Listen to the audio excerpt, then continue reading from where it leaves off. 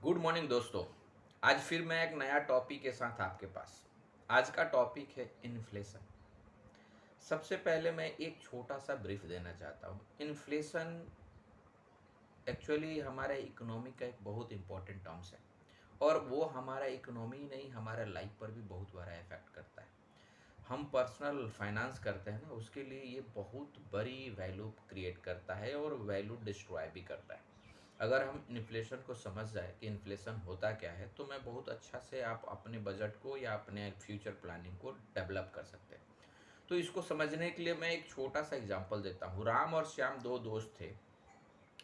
दोनों ने आज से 4 साल पहले, डैट मीन्स आज 2024 है तो 2020 में 1-1 लाख रुपया अपना डिपॉजिट किए।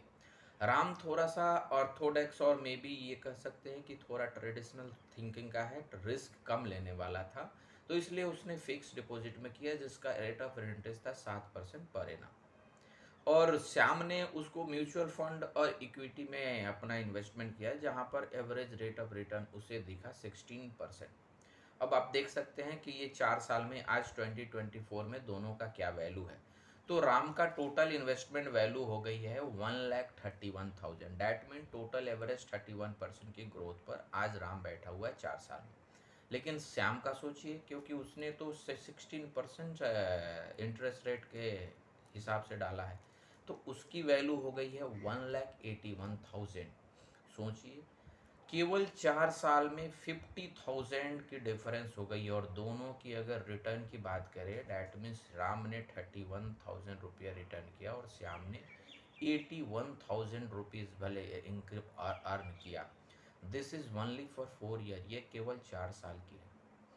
तो आप सोच सकते हैं कि एक लंबे समय में इसका क्या इम्पेक्ट पड़ता है हमारा लाइफ पर और हमारा पैसा का। अब मैं इसे आपको बताना चाहते हैं कि हमारा जो नॉर्मल इन्फ्लेशन होता है, इन्फ्लेशन सिंपल दो टर्म से आप कर सकते हैं कि the purchasing power of our currency decreases और the cost of goods and services increases. ये दोनों वाइस वर्सा हो सकता है।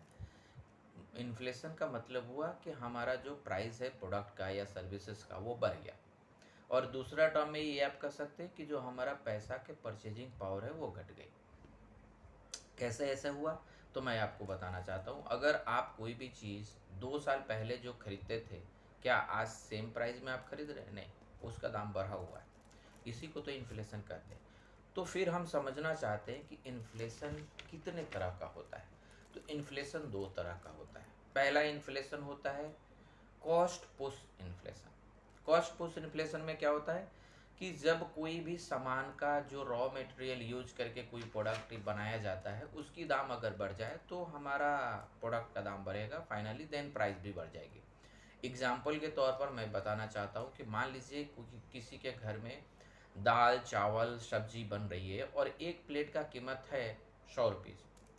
अगर दाल की प्राइस बढ़ गई, सब्जी की प्राइस बन गई और उसमें चावल है उसकी प्राइस बढ़ गई, साथ में जो सब्जी बनाने के इंग्रेडिएंट में आता है ऑयल, ऑयल की प्राइस बढ़ गई, तो इस तरह से ये सारे रॉ मटेरियल की जब प्राइस बढ़ेगी तो ऑटोमेटिकली 100 रुपीज़ में कोई भी आपको एक प्लेट सर्व नहीं कर सकता है। वहाँ पर आपको कितना करना पड़ेगा, वहाँ पर आपको जो भी उस रेशियो में बढ़ा उस रेशियो से ज़्यादा वो प्राइस कर देगा। तो ये कॉस्ट पुश इन्फ्लेशन हुआ।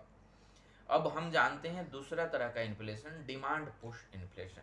डिमांड पुश इन्फ्लेशन क्या होता है, जहां पर सामान की जो प्रोडक्शन है वो कम है लेकिन लोगों की डिमांड ज़्यादा है। वहाँ पर क्या होता है कि प्राइस बढ़ा दी जाती है। एग्जाम्पल के तौर पर अगर 1,000 आदमी हैं जो किसी लेटेस्ट मॉडल का मोबाइल फ़ोन लॉन्च हुआ है उसे खरीदने वाले हैं, लेकिन उस प्लांट की कैपेसिटी ही है पर मंथ 100 यूनिट डेवलप करने की और प्रोड्यूस करने की, तो फिर आप सोच सकते हैं कि वो जान रहा है कि डिमांड हमें 1000 का है लेकिन हम 100 ही सप्लाई कर सकते हैं, तो जो भी उसकी प्राइस है वो अपने अकॉर्डिंग प्राइस बढ़ा सकता है क्योंकि डिमांड हाई है। तो ये दो तरह का इन्फ्लेशन होता है।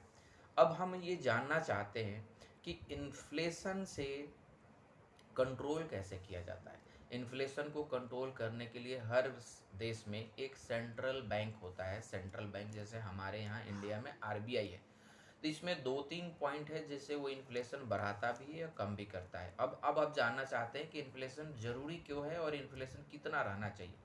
तो एज पर इकोनॉमिस्ट जो नॉर्मल इन्फ्लेशन किसी भी कंट्री को ग्रो करने के लिए होना चाहिए वो 5 to 6%, जिससे एक इकोनॉमी डेवलप होगा। लेकिन अगर उससे ज़्यादा इन्फ्लेशन है तो फिर वो इकोनॉमी अच्छा नहीं है। डैट मीन्स आपकी परचेजिंग पावर घटते जाएगी। तो मैं एवरेज 7% मान लेता हूँ, 7% आपका इन्फ्लेशन रह रहा है, जिससे अब जानना चाहते हैं कि गवर्नमेंट अगर 7 से ज़्यादा हो जाए या 7 से कम हो जाए तो उसको कैसे मेंटेन करता है।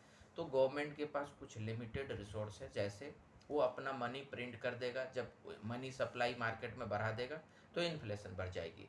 अगर उसे इन्फ्लेशन को डाउन करना है तो क्या करेगा, रेट ऑफ इंटरेस्ट जिस पर वो बैंक को देता है उसको कम कर देगा। तो जैसे ही रेट ऑफ इंटरेस्ट कम होगा, बैंक के पास ज़्यादा पैसा रहेगी, बैंक आपको कम इंटरेस्ट में पैसा देगा और हम कम इंटरेस्ट में पैसा परचेज करके हम ज़्यादा खर्चा करेंगे। तो ये हो गई हमारा एक कंट्रोलिंग सिस्टम।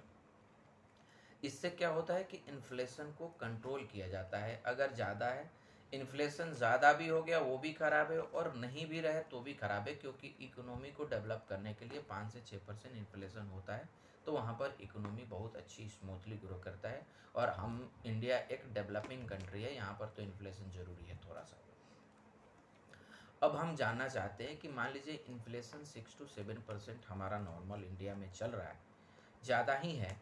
तो इसके हम कैसे अपने इन्वेस्टमेंट को, कैसे हम अपने अर्निंग को कंपेयर कर सकते हैं। तो अगर कोई भी बंदा पूरे साल में अगर इन्फ्लेशन 7% है, अगर वो 7 से ज़्यादा % की अर्निंग ग्रो कर रहा है तो वो हेल्दी है उसके लिए। अदरवाइज अगर वो 7 भी या 7 से कम % एनुअल ग्रोथ में है तो वो अपना इनकम को डाउन कर रहा है, डिग्रेड कर रहा है। डैट मीन्स उसकी जो अर्निंग थी, आप जो कोई कहेगा कि 7% इन्फ्लेशन है और उसकी ग्रोथ अगर 6% हो गई है या 7%, वो बोलेगा कि मेरा इनकम बढ़ा है। नहीं, वो इनकम घटा है। रीज़न है कि इन्फ्लेशन तो ऑटोमेटिक 100 रुपया का वैल्यू 107 रुपया के बराबर हो गई। तो डैट मीन्स आपकी अर्निंग तो 105 to 60 रुपीज़ हुई ना। डैट मीन्स आपका इनकम घट गई, आपका परचेजिंग पावर घट गया। तो ये एक तरीका है जिससे हम अपना इनकम को ट्रैक कर सकते हैं कि हमारा इनकम इन्फ्लेशन से ज़्यादा होना चाहिए। दूसरा तरीका ये है कि हम जो इनकम इन्वेस्ट करते हैं कहीं भी, जो भी माध्यम हो, चाहे एफडी हो, बॉन्ड हो, इक्विटी हो, म्यूचुअल फंड हो, या कहीं भी इन्वेस्ट करते हैं रियल एस्टेट या एबीसीडी इन्हीं इंस्ट्रूमेंट में, तो हमारा रेट ऑफ इंटरेस्ट हमेशा इन्फ्लेशन से ज़्यादा होना चाहिए, तभी हमारा पैसा ग्रो होगा। अदरवाइज हम कोई भी ग्रोथ नहीं ले पाएंगे। तो फिर अब हम जानना चाहते हैं कि ऐसा कौन कौन सी तरीका है जहाँ पर हमारा रेट ऑफ इंटरेस्ट, तो आज के तौर पर इंडिया में एफडी का जो रेट है या आरडी का रेट है, इससे हम इन्फ्लेशन को बीट नहीं कर पाएंगे या आगे नहीं बढ़ पाएंगे।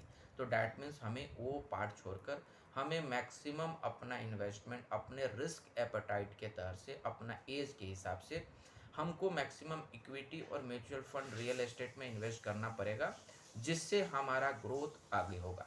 मैं लास्ट वीडियो को एंड करने से पहले मैं एक छोटा सा एग्जांपल देता हूँ जिससे हमारा प्रैक्टिकल लाइफ में समझ में आ जाएगा। 1958 में मिल्क का प्राइस था पर लीटर 0.30, यानी 30 पैसा में हमें 1 लीटर दूध मिल जाता था। और 1975 में इसका प्राइस हो गया 1 रुपीज़ 20 पैसा पर लीटर। और आज की मिल्क का प्राइस है 60 रुपीज़ पर लीटर। आप सोच सकते हैं कि अगर किसी बंदा का 1958 में 100 रुपीज़ जो था, आज के डेट में वो 100 रुपीज़ की वैल्यू 1 रुपया 20 पैसा हो गया। तो हमें अपनी लॉन्ग टर्म इन्वेस्टमेंट को हमेशा वैसा इंस्ट्रूमेंट में, वैसा फाइनेंशियल इंस्ट्रूमेंट में या रियल एस्टेट में या बॉन्ड में डालना चाहिए जहाँ पर इन्फ्लेशन से 1.5 गुना या 2 गुना रिटर्न मिले, जो हमारे मनी को अच्छा डेवलप कर सकता है। धन्यवाद दोस्तों, धन्यवाद।